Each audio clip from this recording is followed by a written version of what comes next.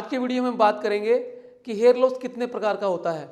हम सब जानते हैं कि सभी प्रकार के हेयर लॉस को एलोपेशिया कहा जाता है, लेकिन ये विभिन्न प्रकार का हो सकता है। आज हम इन्हीं प्रकारों के बारे में बात करेंगे कि एलोपेशिया कितने प्रकार का होता है। मैं doctor Mukesh Agrawal VSCA hair clinic YouTube channel पर आपका स्वागत करता हूँ।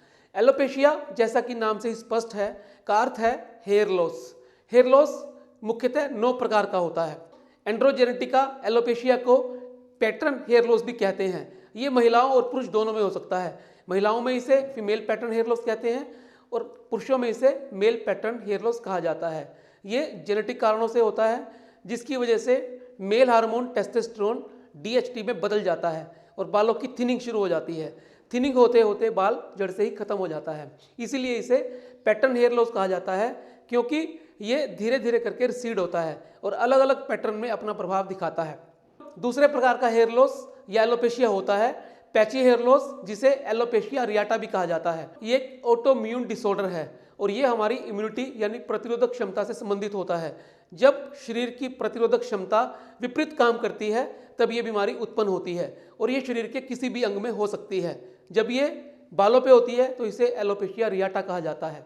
तीसरे प्रकार का एलोपेशिया या हेयर लॉस होता है एलोपेशिया टोटलिस, जिसमें पूरे सिर से ही बाल खत्म होने शुरू हो जाते हैं। ये एक ऑटोइम्यून डिसऑर्डर है और ये एलोपेशिया अरियाटा का ही एक विकसित रूप है।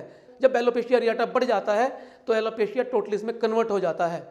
और चौथे प्रकार का एलोपेशिया होता है एलोपेशिया यूनिवर्सलिस। यूनिवर्सलिस यानी पूरे के पूरे शरीर से जब बाल खत्म हो जाते हैं तब इसे एलोपेशिया यूनिवर्सलिस कहते हैं। ये भी एक ऑटोइम्यून डिसऑर्डर है और ये एलोपेशिया अरियाटा और एलोपेशिया टोटलिस के बाद पूरे शरीर के अंदर जब बाल खत्म हो जाते हैं तो उसे एलोपेशिया यूनिवर्सलिस कहा जाता है। पांचवें प्रकार का एलोपेशिया है एलोपेशिया बार्बी। बार्बी माने बियर्ड। जब हमारी दाढ़ी और मूंछों से चकते के रूप में बाल उठते हैं तो इसे एलोपेशिया बार्बी कहते हैं। यह भी एक किस्म का एलोपेशिया अरियाटा ही होता है और ऑटोइम्यून डिसऑर्डर होता है। छठे प्रकार का एलोपेशिया होता है टेलोजन एफ्लूवियम। टेलोजन एफ्लूवियम यानी डिफ्यूज हेयर लॉस।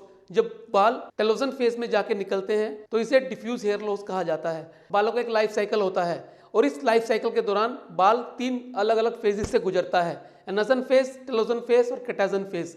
जब बाल शेडिंग अवस्था में आता है तो इसे टेलोजन फेज कहा जाता है। बाल निकलकर दोबारा से एनाजन फेज में चला जाता है। टेलोजन फेज में होने के कारण इसे टेलोजन एफ्लूवियम कहते हैं। इसके अंदर बाल बीच बीच से झड़ता है। इसका मुख्य कारण हमारी डाइटरी हैबिट्स या किसी बीमारी के अंतर्गत होना है। Diffuse hair loss pattern hair loss के बाद होने वाली दूसरी बालों की बड़ी बीमारी है। सातवें प्रकार का हेयर लॉस होता है एनाजन एफ्लूवियम। एनाजन एफ्लूवियम का अर्थ यह है कि जब बाल अपने लाइफ साइकिल के दौरान एनाजन फेज के अंदर ही निकलना शुरू हो जाएं तो इसे एनाजन एफ्लूवियम कहा जाता है। इसका अर्थ यह है कि बाल अपने ग्रोथ फेज के अंदर ही शेडिंग फेज में चला जाता है और सीधे के सीधे बाल एनाजन फेज से ही निकलना शुरू हो जाते हैं। ये आमतौर पर किसी बीमारी के कारण या दवाइयों की वजह से होता है, जैसे कीमोथेरेपी के कारण।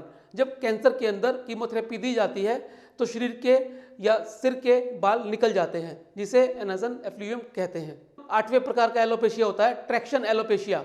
ट्रैक्शन एलोपेशिया यानी खींच के कारण हुए हेयर लॉस। जैसा कि हम सब जानते हैं, जब बाल को पुल किया जाता है तो वो परमानेंटली डैमेज होने के फेज में आ सकते हैं। यानी जब बालों को ट्रैक्शन किया जाता है या पुल किया जाता है तो वो जड़ से निकल सकते हैं।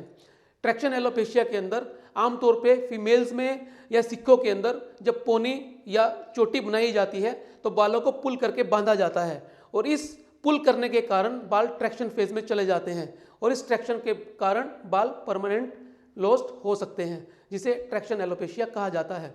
9वीं प्रकार का एलोपेशिया होता है सिसाट्रिशियल एलोपेशिया। सिसाट्रिशियल एलोपेशिया के अंदर बाल जड़ से ही खत्म हो जाते हैं। ये किसी बीमारी के अंतर्गत भी हो सकता है या प्राइमरी भी हो सकता है, इसीलिए इसे प्राइमरी और सेकेंडरी सिसाट्रिशियल एलोपेशिया कहा जाता है। इसके अंदर बाल परमानेंटली रूट से खत्म हो जाते हैं, ये फिर दोबारा से नहीं आते हैं। इसके लिए सिर्फ ट्रांसप्लांट ही एक विकल्प है।